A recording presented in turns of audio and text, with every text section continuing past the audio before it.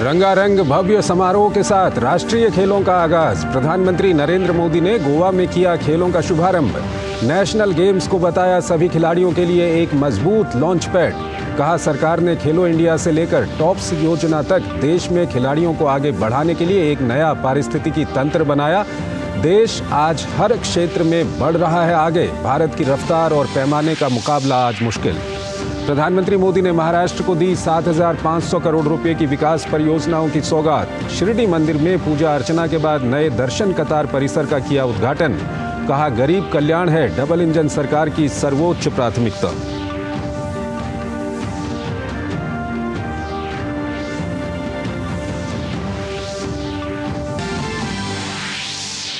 PM Modi ने नीलवंडे बांध का 85 किलोमीटर लंबा नहर नेटवर्क राष्ट्र को किया समर्पित। किसानों के नाम पर वोट की राजनीति करने वालों पर बोला हमला। कहा 5 दशक तक क्षेत्र को बूंद बूंद पानी के लिए तरसाया।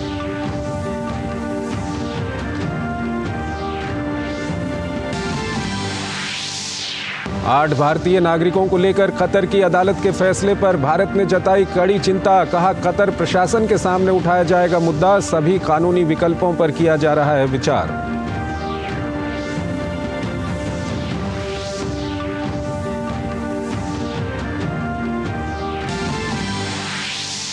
टीएमसी सांसद महुआ मोइत्रा द्वारा रिश्वत लेकर संसद में सवाल पूछने के मामले में लोकसभा आचार समिति की पहली बैठक। वकील जय अनंत और भाजपा सांसद निशिकांत दुबे का बयान दर्ज। महुआ को 31 अक्टूबर को पेश होने को कहा। भ्रष्टाचार पर नकेल कसने के लिए ईडी की कार्रवाई। पेपर लीक मामले में राजस्थान कांग्रेस अध्यक्ष समेत पार्टी के एक प्रत्याशी के घर छापा मारा। एक अन्य मामले में मुख्यमंत्री के बेटे को समन। राशन वितरण घोटाले में पश्चिम बंगाल के मंत्री ज्योतिप्रिय मलिक पर भी कार्रवाई।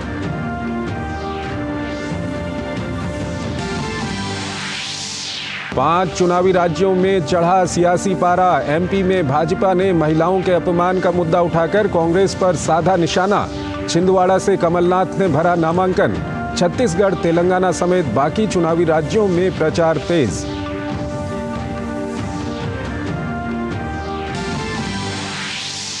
कुपवाड़ा में सुरक्षा बलों को मिली बड़ी सफलता। घुसपैठ की बड़ी कोशिश नाकाम। लश्कर-ए-तैयबा से जुड़े 5 अज्ञात आतंकवादी ढेर।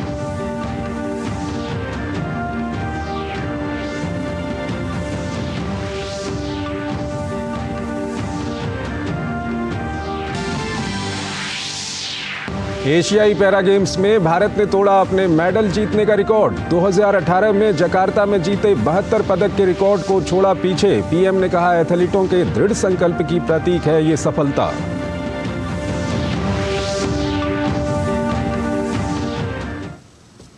नमस्कार, डीडी न्यूज में आपका स्वागत है। मैं हूं चंद्रशेखर जोशी और आइए अब खबरों को विस्तार से देखते हैं। प्रधानमंत्री नरेंद्र मोदी ने गोवा में 37वें राष्ट्रीय खेलों का उद्घाटन किया। इस दौरान गोवा के मुख्यमंत्री प्रमोद सावंत और खेल मंत्री अनुराग सिंह ठाकुर भी मौजूद रहे।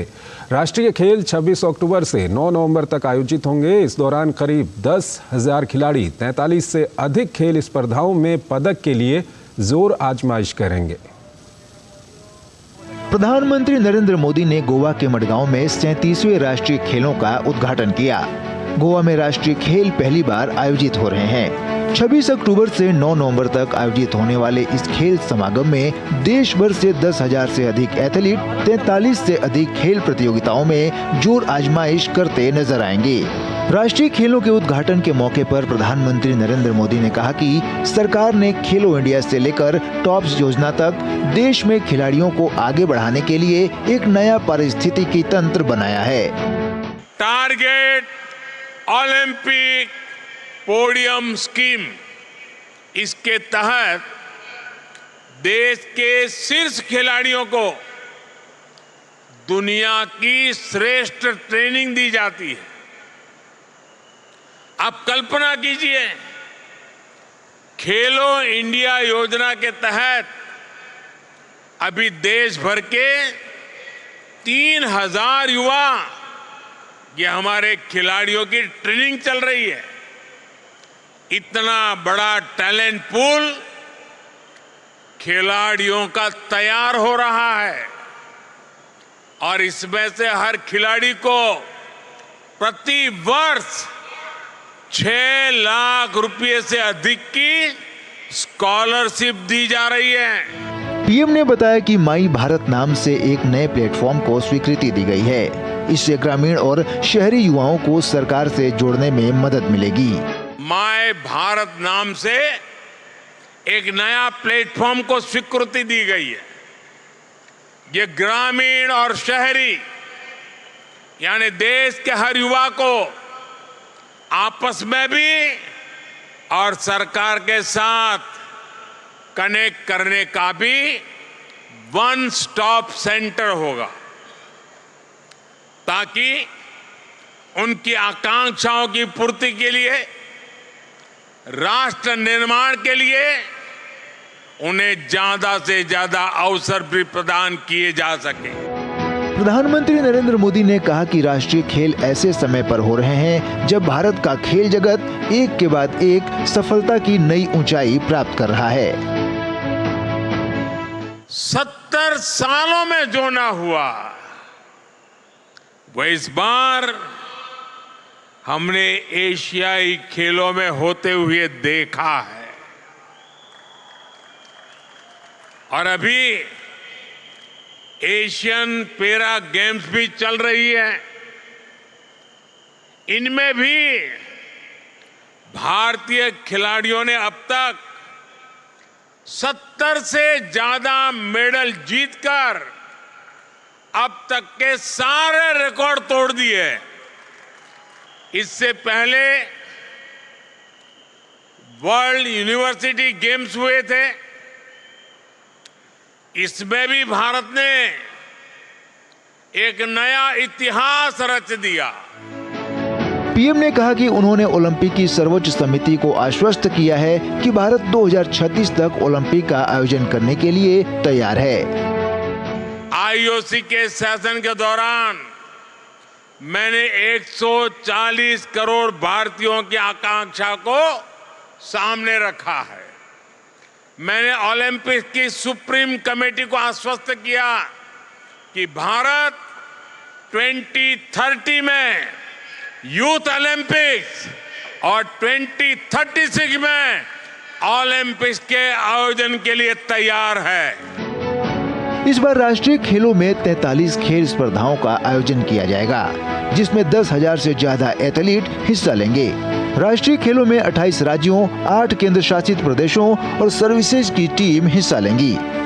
गोवा से मुकेश शुक्ला और सुचित्रा की रिपोर्ट। प्रधानमंत्री नरेंद्र मोदी आज महाराष्ट्र के शिरडी पहुंचे, जहां उन्होंने श्री साईं बाबा समाधि मंदिर में पूजा अर्चना की तो 7,500 करोड़ रुपए की विकास परियोजनाओं का उद्घाटन और लोकार्पण किया। पीएम मोदी ने महाराष्ट्र सरकार की नमो शेतकारी महासम्मान निधि योजना का शुभारंभ किया, जिसका फायदा राज्य के 86 लाख किसानों को मिलेगा। तो नीलबंडे बांध के बाई नहर परियोजना से करीब 182 गांवों को फायदा होगा। पीएम मोदी ने कहा कि उनकी सरकार गरीब कल्याण के लिए लगातार काम कर रही है।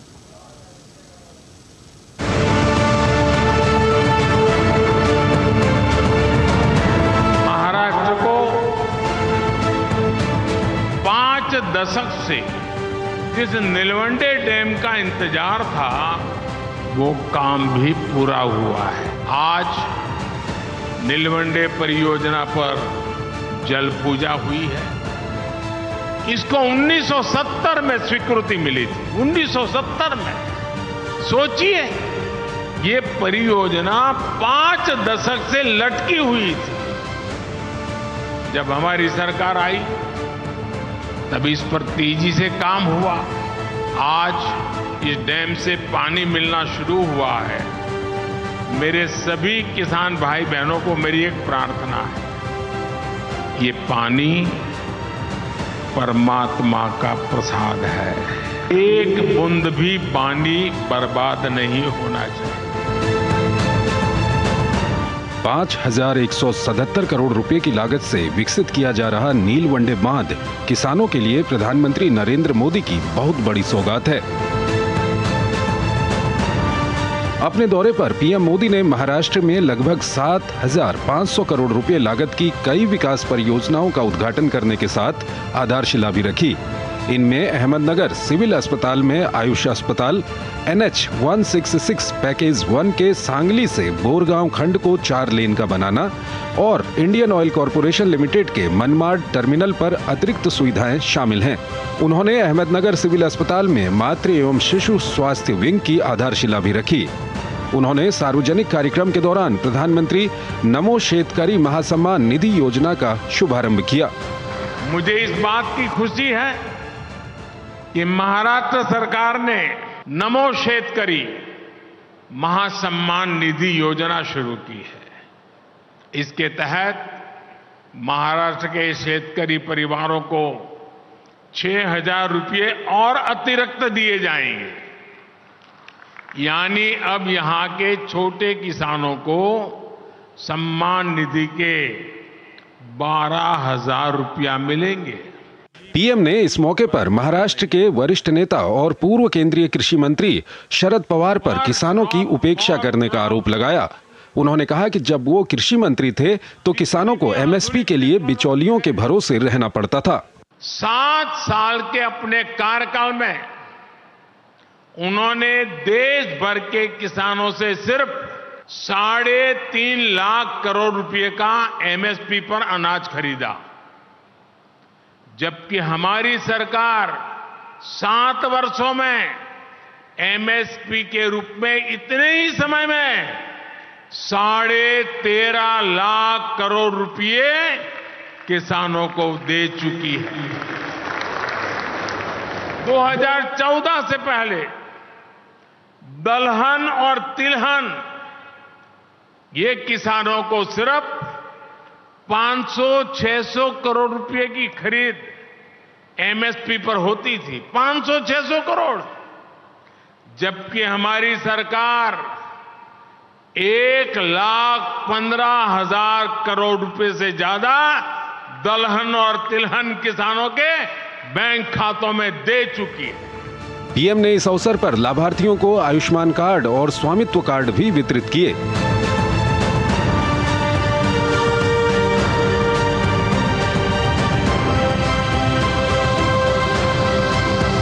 उन्होंने 186 किलोमीटर के कुर्दुवाड़ी लातूर रोड रेलवे खंड का विद्युतीकरण, 24.64 किलोमीटर वाले जलगांव को भुसावल से जोड़ने वाली तीसरी और चौथी रेलवे लाइन की सौगात दी।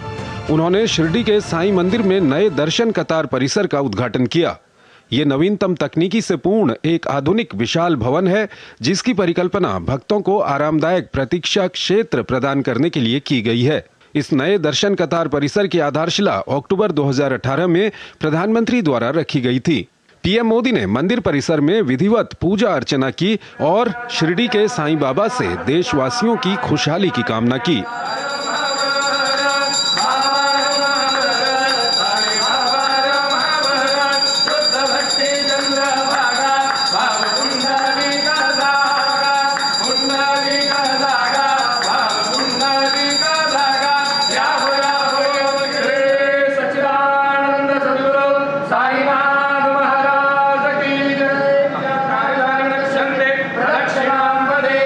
ब्यूरो इनपुट के साथ अनुज यादव की रिपोर्ट, डीडी न्यूज।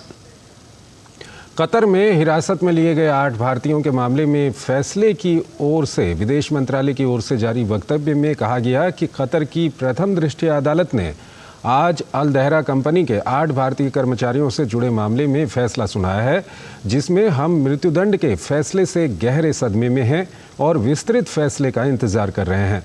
हम परिवार के सदस्यों और कानूनी टीम के संपर्क में हैं और सभी कानूनी विकल्प तलाश रहे हैं। हमारे लिए ये मुद्दा बेहद अहम है और हम इस पर बारीकी से नज़र रख रहे हैं। हम सभी तरह की कानूनी सहायता देना जारी रखेंगे। विदेश मंत्रालय की ओर से इस वक्तव्य में फैसले को कतरी अधिकारियों के समक्ष भी उठाने की बात कही गई है।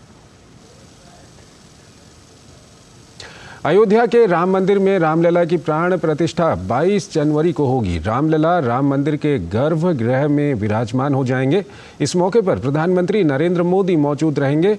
बुधवार को श्री राम जन्मभूमि तीर्थ क्षेत्र ट्रस्ट के महासचिव चंपत राय, राम मंदिर निर्माण समिति के अध्यक्ष नृपेंद्र मिश्रा, ट्रस्ट के अध्यक्ष और अन्य पदाधिकारियों के साथ प्रधानमंत्री नरेंद्र मोदी से मुलाकात कर प्राण प्रतिष्ठा कार्यक्रम में सम्मिलित होने के लिए आमंत्रित किया। इस पर प्रधानमंत्री मोदी ने सहमति दी। इन सब के बीच श्री राम जन्मभूमि तीर्थ क्षेत्र ने गुरुवार को एक वीडियो जारी किया। वीडियो में देखा जा सकता है कि मंदिर कितना भव्य है। अयोध्या करती है आह्वान, घाट से कर मंदिर निर्माण। अयोध्या करती है आह्वान, घाट से कर मंदिर निर्माण। शिला की जगह लगा दे प्राण, शिला की जगह लगा दे प्राण, बिठा दे वहाँ राम भगवान। अयोध्या करती है आह्वान, घाट से कर मंदिर निर्माण।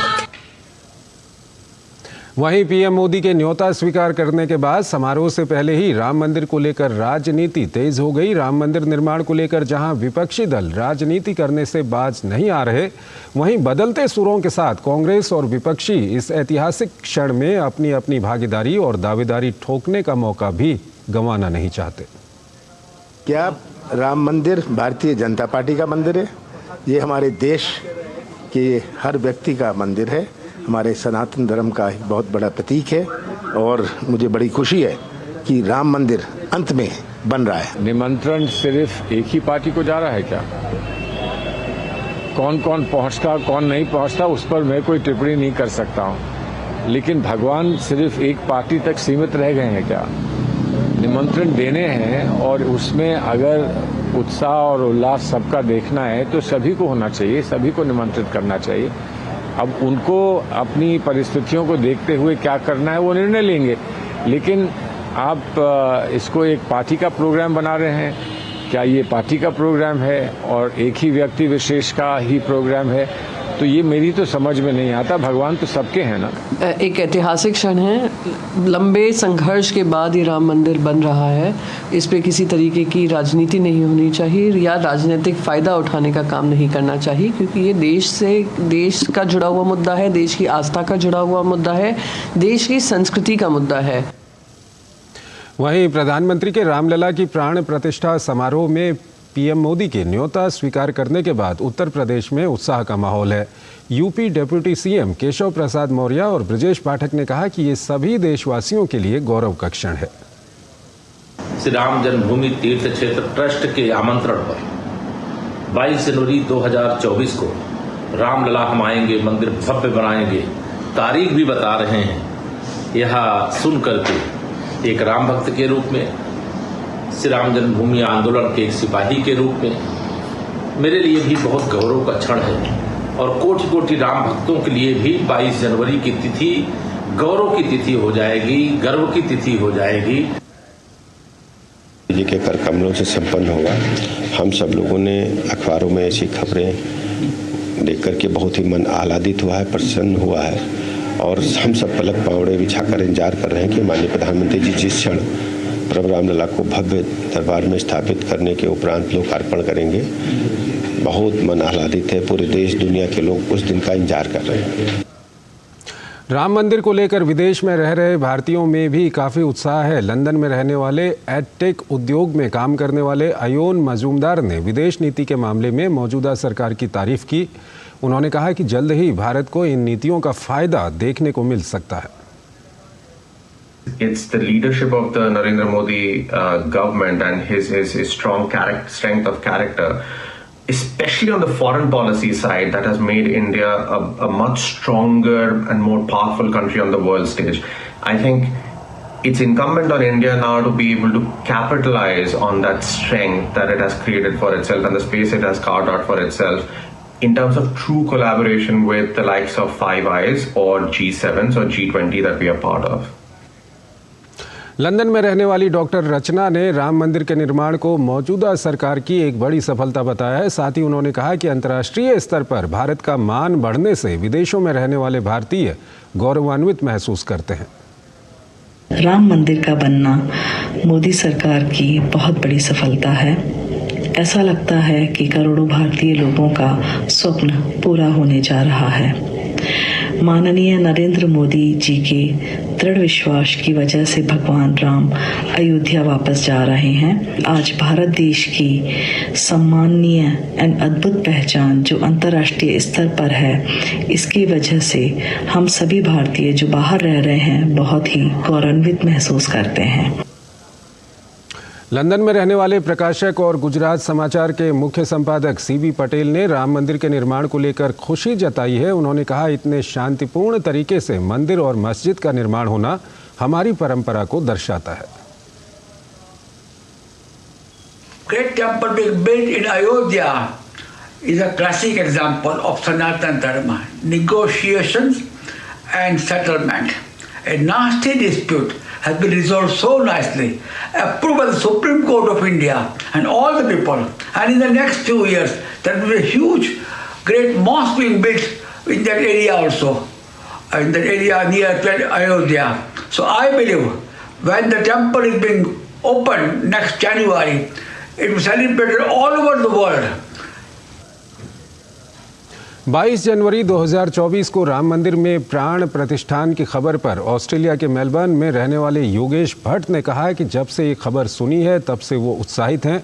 उन्होंने कहा कि उनका जन्मदिन 21 जनवरी है, इसलिए इस बार उनका जन्मदिन 24 घंटे के बजाय 48 घंटे चलेगा। जैसे ही हमने ये न्यूज़ देखी कि 22 जनवरी 2024 में राम जी के विग्रह पर प्राण प्रतिष्ठा होने वाली है, तो तब से बहुत ज़्यादा एक्साइटमेंट है, क्योंकि राम से बड़ा राम का नाम है।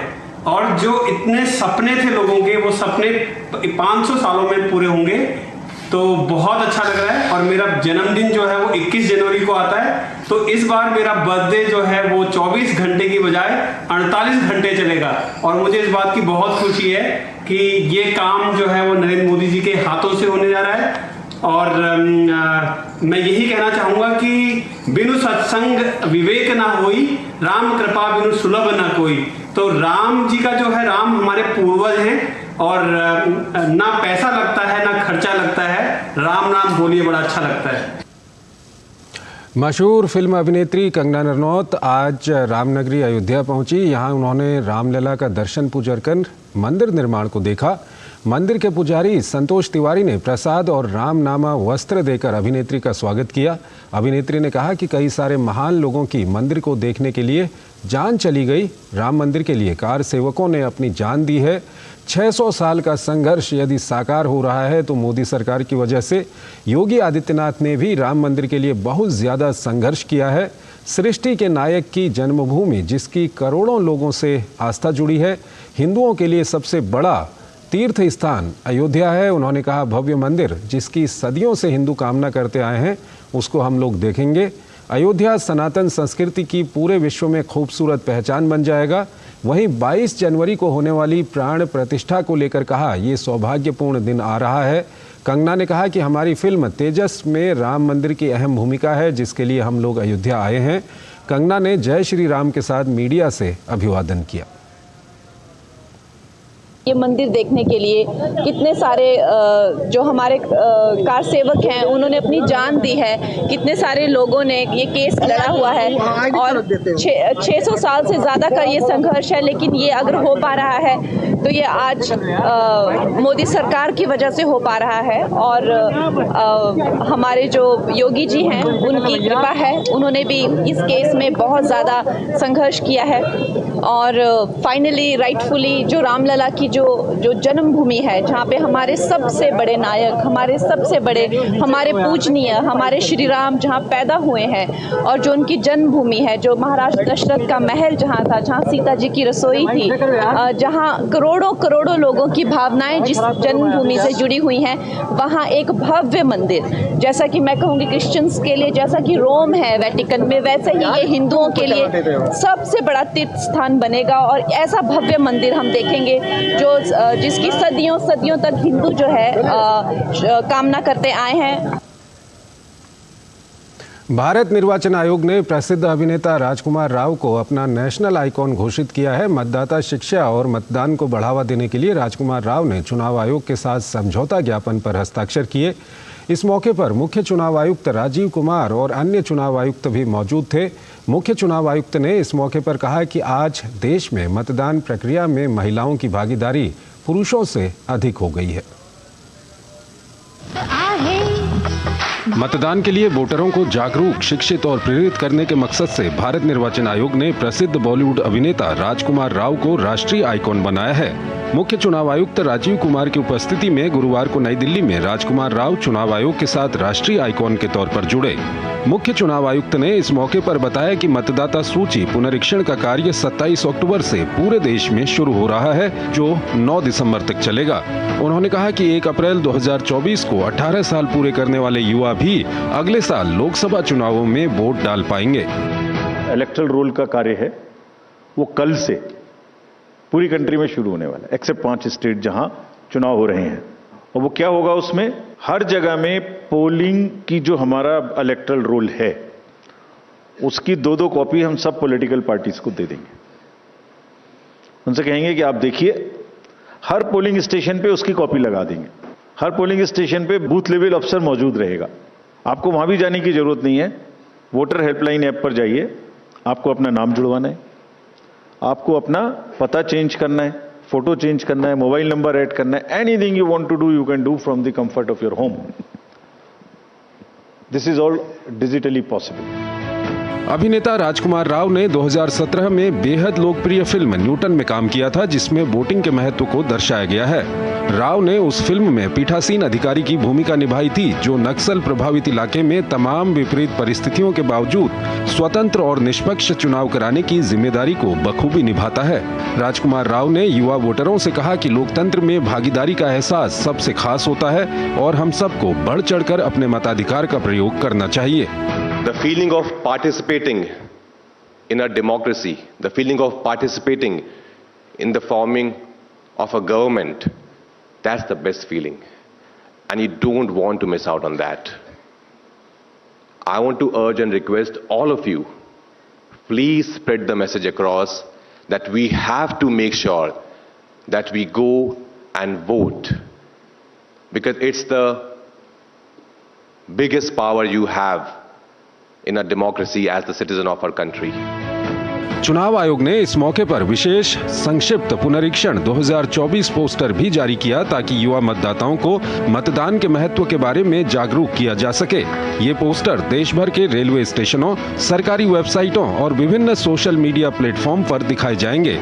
1 जनवरी, 1 अप्रैल, 1 जुलाई और 1 अक्टूबर 2024 को 18 वर्ष पूरा कर रहे युवा मतदाता सूची में पंजीकरण करवा सकते हैं। Nishant Saurabh, DD news, Delhi. विदेश मंत्री डॉक्टर एस जयशंकर ने दुनिया के समक्ष आर्थिक चुनौतियों से निपटने के लिए सांघाई सहयोग संगठन के सदस्य देशों के बीच करीबी सहयोग की आवश्यकता पर जोर दिया है। किर्गिस्तान के बिश्केक में सांघाई सहयोग संगठन सम्मेलन के उद्घाटन समारोह में भारत के विदेश मंत्री डॉक्टर एस जयशंकर ने कहा कि दुनिया आर्थिक मंदी, टूटी आपूर्ति श्रृंखला, खाद्य और ऊर्जा असुरक्षा की चुनौतियों का सामना कर रही है। उन्होंने कहा कि इन चुनौतियों से निपटने के लिए एससीओ के सदस्य देशों के बीच करीबी सहयोग की जरूरत है।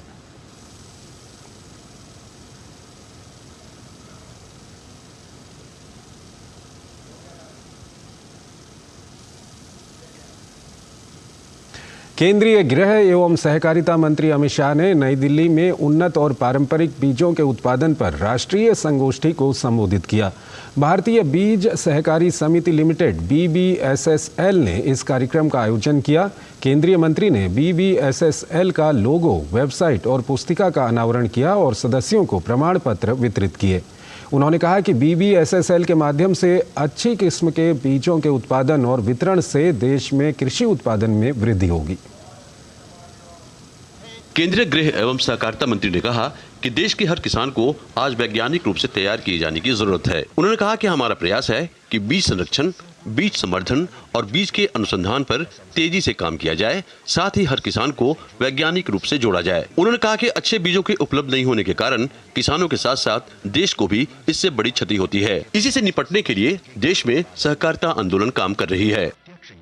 भारत के बीज संरक्षण, बीज संवर्धन और बीज के अंदर अनुसंधान, ये तीनों क्षेत्रों को परिपूर्ण बनाने में बहुत बड़ा योगदान इस संस्था का रहने वाला है। इसके साथ साथ देश के हर किसान को आज वैज्ञानिक रूप से बनाया गया, तैयार किया गया।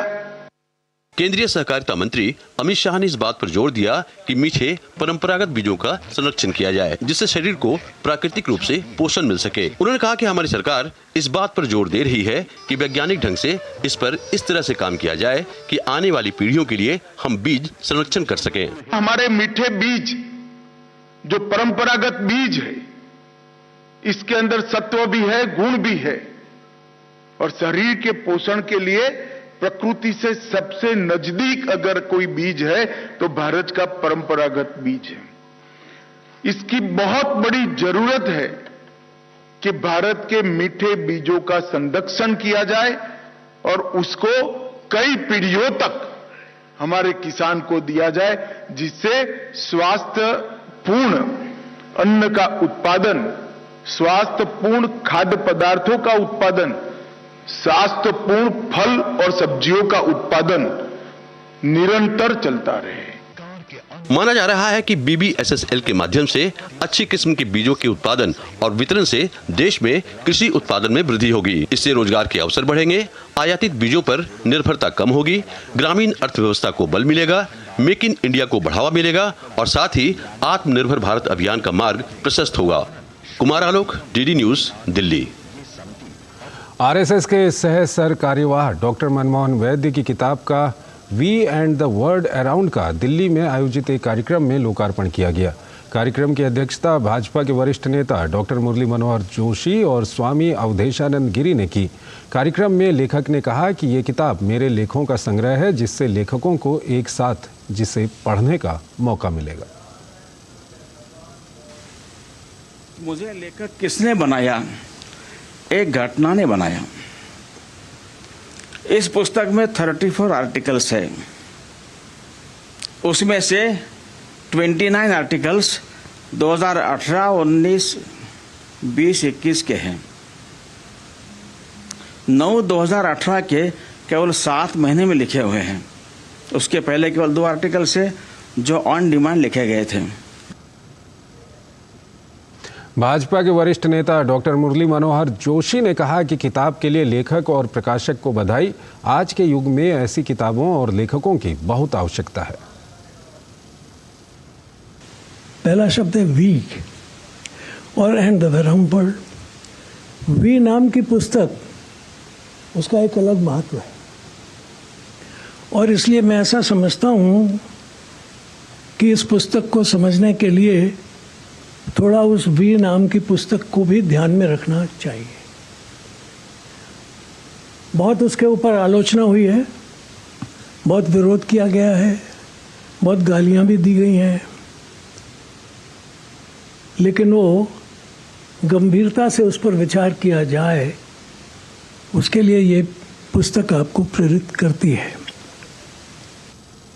डार्क पैटर्न अपनाने वाली ई-कॉमर्स कंपनियों पर केंद्र सरकार अब शिकंजा कसने की तैयारी कर रही है। सरकार ने ई-कॉमर्स कंपनियों के डार्क पैटर्न पर ड्राफ्ट गाइडलाइंस जारी की हैं। इस संदर्भ में डार्क पैटर्न बस्टर हैकाथॉन 2023 भी लॉन्च किया गया है। डार्क पैटर्न को लेकर वैश्विक जगत की अगुवाई करते हुए भारत की संयुक्त राष्ट्र संघ के इंटर गवर्नमेंटल ग्रुप के साथ भारत की वर्चुअली बैठक भी हो रही है।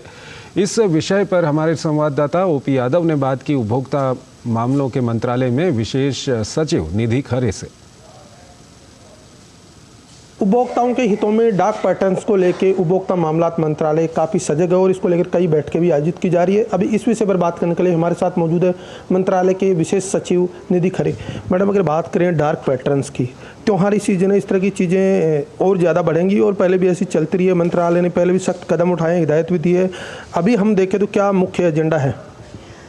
डार्क पैटर्न्स खास करके ई-कॉमर्स में या किसी प्रकार के डिजिटल फॉर्मेट पे अधिक इस्तेमाल हो रहा है और डार्क पैटर्न एक ऐसी चीज़ है जो कि कंज्यूमर को भी पता नहीं चलता, लेकिन कंज्यूमर के रूप में हम सभी लोग बहुत परेशान होते हैं क्योंकि कुछ ऐसी चीज़ें आती हैं जो कि जिसको हमने मान लीजिए हम शॉप नहीं करना चाहते या हम उसे ख़रीदना नहीं चाहते, लेकिन वो आपके पीछे एकदम फोर्स करके, नैग करके वो आपसे दिलवा लेता है या आपको मैनिपुलेट करके आपकी चॉइस को वो एक तरह से कंसेंट ले लेता है। तो इसके बारे में बहुत जो इवन हमारे वैश्विक स्तर पर भी जो विभिन्न हमारी बड़ी इकोनॉमीज़ हैं उनमें भी ये एक बहुत मतलब एक कंसर्न का फील्ड है, जहाँ पे लोग भी सोच रहे हैं कि इसको किस प्रकार से कंज्यूमर्स के राइट्स को कैसे सेफगार्ड किया जाए।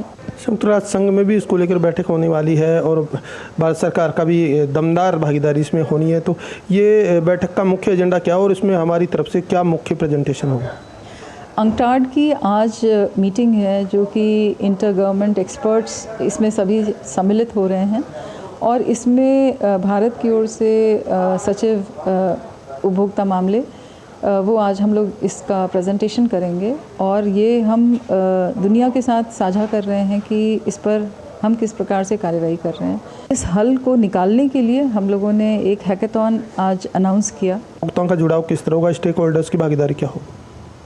इस हैकेथॉन को IIT BHU लीड कर रहा है और इसके कई चरण हैं जिसमें कि पहले रजिस्ट्रेशन होगा और उसके बाद जो टेक्निकल कॉलेजेस हैं उन्हीं के अंदर जो सबसे अच्छे सुझाव हैं उनको क्यूरेट किया जाएगा। तो ये थी उपभोक्ता मामलात मंत्रालय के विशेष सचिव निधि खरे, जिनका मानना है कि उपभोक्ताओं के हितों को लेकर भारत सरकार लगातार सजग है और ज़्यादा से ज़्यादा काम करी और इसी संदर्भ में डार्क पैटर्न्स को लेकर एक ड्राफ्ट तैयार किया जिसमें उपभोक्ताओं के साथ साथ स्टेक होल्डर्स के सुझाव आमंत्रित किए गए हैं ताकि डार्क पैटर्न अपनाने वाली कंपनियों और व्यक्तियों के खिलाफ सख्त से सख्त कार्रवाई की जा सके। मेरे सहयोगी कैमरामैन मोहित के साथ में OP Yadav, DD news, Delhi.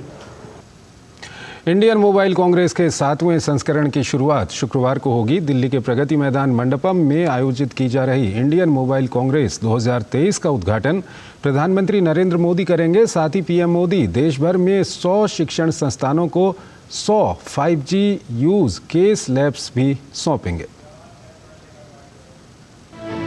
Asia के सबसे बड़े दूरसंचार, मीडिया और प्रौद्योगिकी मंच इंडियन मोबाइल कांग्रेस का शुक्रवार को प्रधानमंत्री नरेंद्र मोदी उद्घाटन करेंगे। 27 से 29 अक्टूबर तक दिल्ली में आयोजित किए जा रहे इस कार्यक्रम में दूरसंचार और प्रौद्योगिकी में भारत की अविश्वसनीय प्रगति को सारी दुनिया देखेगी। ग्लोबल डिजिटल इनोवेशन थीम के साथ IMC 2023 का लक्ष्य उन्नत टेक्नोलॉजी के डेवलपर, निर्माता और निर्यातक के रूप में भारत की स्थिति को और मजबूत करना है। 3 दिवसीय कांग्रेस में 5G, 6G, artificial intelligence, semiconductor industry, green technology और साइबर सिक्योरिटी जैसे मुद्दों पर चर्चा होगी। इसके अलावा PM मोदी देश भर के 100 शैक्षणिक संस्थानों के लिए 100 5G यूज केस लैब्स की भी शुरुआत करेंगे। इन लैब्स को 100 5G लैब्स इनिशिएटिव के तहत विकसित किया गया है। इस पहल का उद्देश्य भारत और दुनिया की तकनीकी जरूरतों को पूरा करने में 5G से जुड़ी तकनीकों का विकास करना है। इस साल मोबाइल कांग्रेस में एक नए स्टार्टअप कार्यक्रम एस्पायर की भी शुरुआत होगी। इसका उद्देश्य स्टार्टअप्स, निवेशकों और उद्योग के बीच बेहतर तालमेल और संवाद कायम करना है। IMC 2023 में 22 देशों से 1 लाख प्रतिभागियों के शामिल होने की उम्मीद है। भारत ने बहुत कम समय में 5G तकनीक में अभूतपूर्व लक्ष्य हासिल किए हैं। अक्टूबर 2022 में 5G स्पेक्ट्रम शुरू होने के 8 महीने के भीतर ही 700 जिलों में 2 लाख से ज्यादा क्षेत्रों में 5G कवरेज शुरू कर दी गई। भारत में 5G लागू करने की रफ्तार दुनिया में अब तक सबसे तेज रही है। 5G बेस्ड ट्रांसीवर स्टेशन स्थापित करने के मामले में भी रिकॉर्ड तेजी देखी गई है और हर दिन 1000 BTS स्थापित किए जा रहे हैं। वहीं औसत डाउनलोड स्पीड के मामले में एशिया पैसिफिक क्षेत्र में भारत का चौथा स्थान है। 5G के बाद 6G को लेकर भी भारत की तैयारियां जोरों पर हैं और प्रधानमंत्री नरेंद्र मोदी भारत 6G विजन को जारी कर चुके हैं और साथ ही दूरसंचार विभाग Bharat 6G alliance task force का गठन कर चुका है। Bureau report, DD news. Bharat में 5G नेटवर्क सेवाओं को 1 अक्टूबर को 1 साल पूरे हो गए। प्रधानमंत्री नरेंद्र मोदी ने इंडिया मोबाइल कांग्रेस के 6ठे एडिशन में देश में 5G सेवाओं की शुरुआत की। PM मोदी ने कहा था कि 5G के साथ भारत पहली बार दूरसंचार प्रौद्योगिकी में एक वैश्विक मानक स्थापित कर रहा है। आइए देखते हैं कि 5G के मामले में भारत ने 1 साल में कितनी तरक्की की है। तो भारत में 3,30,000 से अधिक 5G बेस्ड ट्रांसीवर स्टेशन हैं। 2023 में 31 मिलियन भारतीय उपयोगकर्ता 5G फोन में अपग्रेड हो सकते हैं। भारत में औसत मासिक उपयोग प्रति स्मार्टफोन 26 GB प्रति माह है। देश भर में यूपीआई से लेन देन काफ़ी तेज़ी से बढ़ रहा है। इसकी वजह से लोगों के भुगतान करने के तरीके में क्रांतिकारी परिवर्तन आया है। यूपीआई से लेन देन पिछले 5 वर्षों में 40 गुना बढ़ा है। चाय की दुकान से लेकर सब्जी की रेहड़ी लगाने वालों के साथ साथ मल्टी ब्रांड खुदरा दुकानों तक हर जगह यूपीआई के जरिए डिजिटल भुगतान रोज़मर्रा के जीवन का एक अनिवार्य हिस्सा बन गया है।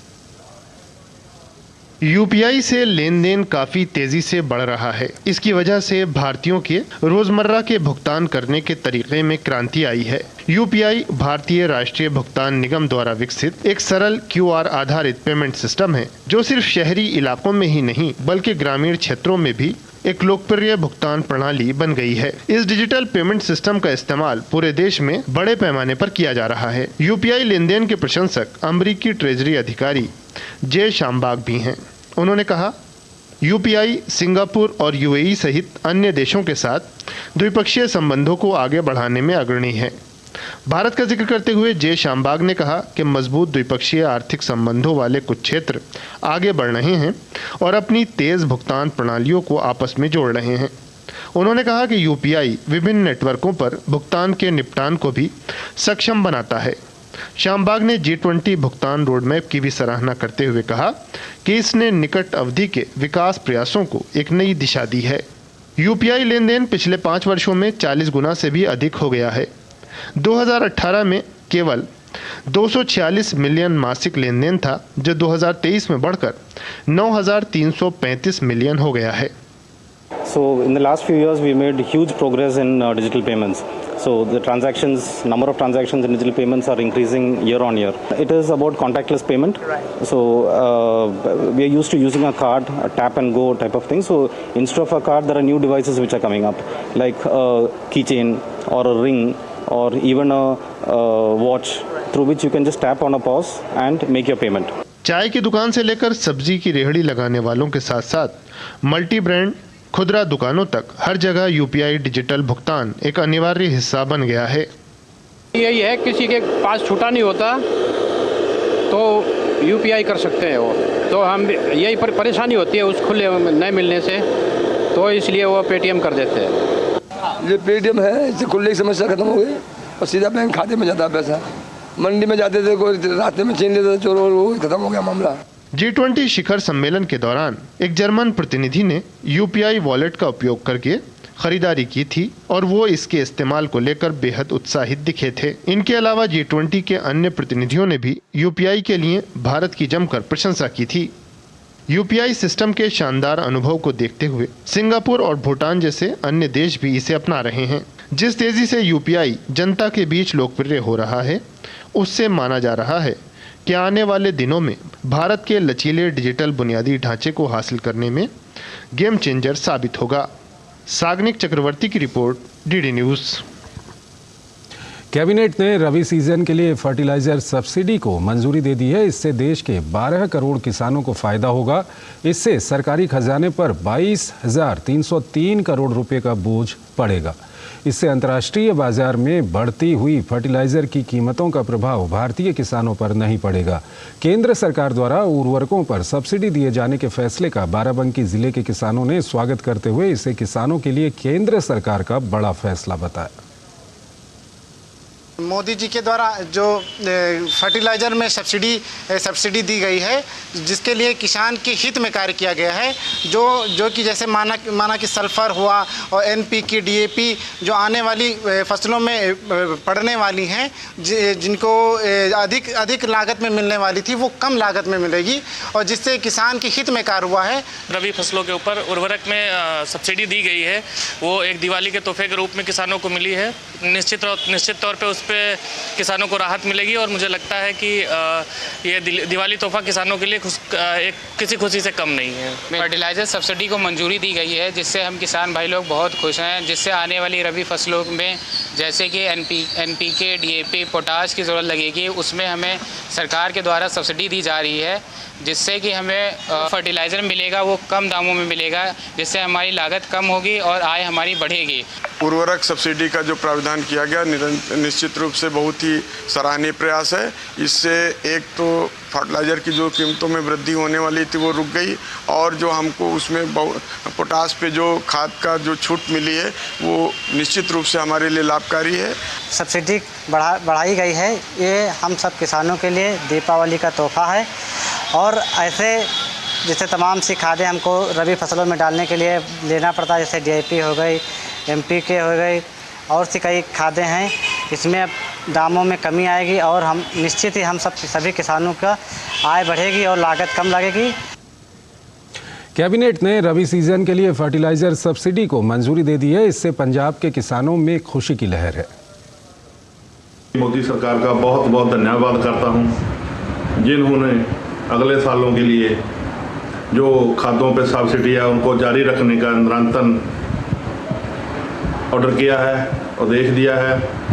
सभी किसान भाइयों बहनों को मैं अपील करता हूं कि इस सब्सिडी को, जो सब्सिडी मोदी सरकार ने दी है, इसका लाभ प्राप्त करें और जो अच्छी फसलें हैं उनको अच्छी तरह अपना जो भी खाद डालनी है देख सुनकर अच्छी तरह जो किताबें कहती हैं उनके हिसाब से डालें। मोदी सरकार ने सानू सब्सिडी दी अगले साल ਲਈ खादां दी, उन्हां ਲਈ मैं धन्यवाद बहुत करदा हां। केंद्र सरकार द्वारा उर्वरकों पर सब्सिडी दिए जाने के फैसले के बाद पश्चिम बंगाल के किसानों ने प्रधानमंत्री मोदी का धन्यवाद ज्ञापित किया। किसान के लिए माननीय नरेंद्र मोदी जी जैसे सोचा, जो साल बीत गई उस साल में किसान के लिए नरेंद्र मोदी जी सर के ऊपर जो भर्तुकी दिया था, फिर भी इस साल में किसान उसी तरह से उपकृत हुआ। जो किसान खेती करने के लिए जा रहा था उसमें जो सार का भर्तुकी मिला, इसलिए माननीय नरेंद्र मोदी जी को हम लोग का बहुत बहुत बधाई धन्यवाद हम लोग ज्ञापन करते हैं। जमी चाष करने के लिए सार, कीटनाशक तेल सबके ऊपर जो छाड़ दिया, इसलिए सब गरीब चाषी बहुत उपकार पाया, इसलिए उसको बहुत धन्यवाद दिया। देश में महिलाओं और बच्चों के स्वास्थ्य को सुनिश्चित करने के मकसद से शुरू पोषण अभियान या राष्ट्रीय पोषण मिशन को टेक्नोलॉजी के जरिए नई रफ्तार मिली है। वर्तमान में पोषण ट्रैकर ऐप के इस्तेमाल से करोड़ों लाभार्थियों को फायदा हो रहा है। देश में कुपोषण की समस्या को सुलझाने के लिए प्रधानमंत्री नरेंद्र मोदी के नेतृत्व में केंद्र सरकार ने बहुत सारे प्रयास किए जा रहे हैं। ऐसे ही देशव्यापी कार्यक्रमों में 8 मार्च 2018 को पीएम मोदी के जरिए शुरू किया गया पोषण अभियान या राष्ट्रीय पोषण मिशन भी शामिल है। पोषण अभियान सरकार का मल्टी मिनिस्ट्रियल कन्वर्जेशन मिशन है, जिसका मकसद देश को कुपोषण मुक्त बनाना है। अभियान का फोकस किशोर लड़कियों, गर्भवती महिलाओं, स्तनपान कराने वाली माताओं और 0 से 6 वर्ष की आयु के बच्चों की पोषण स्थिति पर जोर देना है। लक्ष्य दृष्टिकोण को हासिल करने के लिए प्रौद्योगिकी का इस्तेमाल भी किया जा रहा है, जिससे इस अभियान को नई गति मिली है। मार्च 2021 में शुरू किया गया पोषण ट्रैकर ऐप इस संबंध में महत्वपूर्ण योगदान कर रहा है। पोषण ट्रैकर नाम का एक IT सिस्टम बना है, जो कि जो भी हमारे ICDS के लाभार्थी हैं, पोषण अभियान के लाभार्थी हैं, उनको चिन्हित करके उनको सिस्टमेटिकली ट्रैक किया जाता है। उनका वज़न जो लिया जाता है उसको दिखाया जाता है कि ये कैसे बच्चा कर रहा है, पिछले वज़न के मुकाबले अब कहाँ पहुँचा है। करोड़ों बच्चों का जो एक न्यूट्रिशनल स्टेटस है उसको पोषण ट्रैकर के ऊपर continuously on a daily basis लगभग 14 लाख आंगनबाड़ी सिस्टम से इस इंफॉर्मेशन को इकट्ठा करके ट्रैक किया जाता है। इसके अलावा पोषण ट्रैकर में एक्शन क्या होना चाहिए वो भी दिया जाता है। पोषण ट्रैकर ऐप के साथ ही सभी आंगनबाड़ी केंद्र में स्मार्टफोन रखने का प्रावधान भी शामिल है। यही कारण है कि अब तक 13.9 लाख से ज्यादा आंगनबाड़ी केंद्र इसमें पंजीकृत किए जा चुके हैं और इसके जरिए 10.3 करोड़ से अधिक लोगों को लाभ मिल रहा है, जिसमें गर्भवती महिलाएं, स्तनपान कराने वाली महिलाएं, 6 साल से कम उम्र के बच्चे और किशोर उम्र की लड़कियां शामिल हैं। लगभग 99% लाभार्थी आधार कार्ड के जरिए प्रमाणित किए गए हैं, जिससे कि अंतिम व्यक्ति तक इसकी पहुंच सुनिश्चित हो सके। नीति आयोग के सदस्य डॉक्टर वी.के. पॉल का कहना है कि भारत शायद दुनिया में अकेला ऐसा देश है जहां पोषण ट्रैकर ऐप के जरिए आंगनबाड़ी केंद्र का एक रियल टाइम न्यूट्रिशनल स्टेटस मिल जाता है। ज्यादातर गरीब घर के बच्चों के लिए ये ऐप पोषण और अच्छा स्वास्थ्य सुनिश्चित करने में गेम चेंजर के रूप में उभर रहा है। डिजिटल टेक्नोलॉजी के द्वारा जो people centric, child centric, mother centric program को घर घर पहुंचाना, उसको सैचुरेशन लेवल तक लेके जाना और जो उसके प्रोग्राम के अंतर्गत होना चाहिए, चाहे वो वज़न होना चाहिए, वज़न की समझ और एक्शन होना चाहिए, या कि कोई टेक होम राशन जैसी कोई चीज़ है या आयरन फॉलिक एसिड की चीज़ जो है वो कैसे जगह पहुंचाई जाए, इसको करने के लिए डिजिटल टेक्नोलॉजी का इस्तेमाल किया जा रहा है। और उसमें जो पोषण ट्रैकर एक बहुत ही यूनिक एंड कॉम्प्रिहेंसिव और शायद दुनिया का सबसे सशक्त न्यूट्रिशन मॉनिटरिंग एक आईटी सिस्टम बना है, उसकी वजह से हमारी रीच बढ़ी है, हमारी अंडरस्टैंडिंग बढ़ी है। पोषण ट्रैकर एक स्मार्टफोन एप्लीकेशन है। इसका मकसद आंगनबाड़ी केंद्रों की गतिविधियों, आंगनबाड़ी कार्यकर्ताओं की सेवा वितरण और गर्भवती महिलाओं, स्तनपान कराने वाली माताओं और बच्चों के लिए पूर्ण लाभार्थी प्रबंधन का 360 डिग्री दृश्य प्रदान करना है।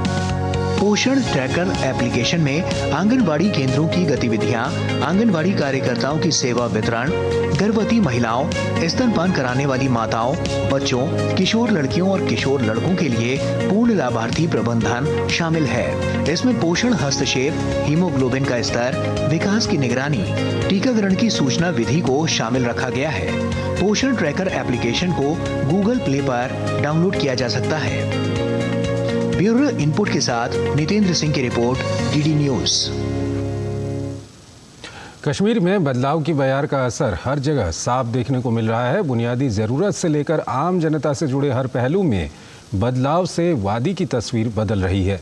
इसके साथ ही हर पर्व और उत्सव में भी सांस्कृतिक एकता और सौहार्द से एक बार फिर कश्मीर की रंगत बदल रही है। कश्मीर के लोग आज इस बदलाव के बात है जन जन की, संघर्षों के कुछ किस्से, कहानी कुछ सफलताओं की, अनकही विरासत की, उम्मीदें नए भारत की। महीने के आखिरी रविवार का रहता है इंतजार।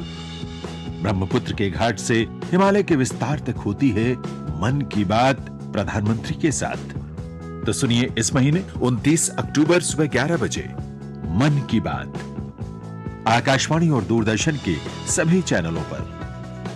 इसके अतिरिक्त आकाशवाणी और दूरदर्शन के YouTube चैनल और प्रसार भारती के ऐप न्यूज ऑन एयर पर सजीव प्रसारण लाइव स्ट्रीमिंग के माध्यम से। तो याद रखें 29 अक्टूबर सुबह 11 बजे मन की बात।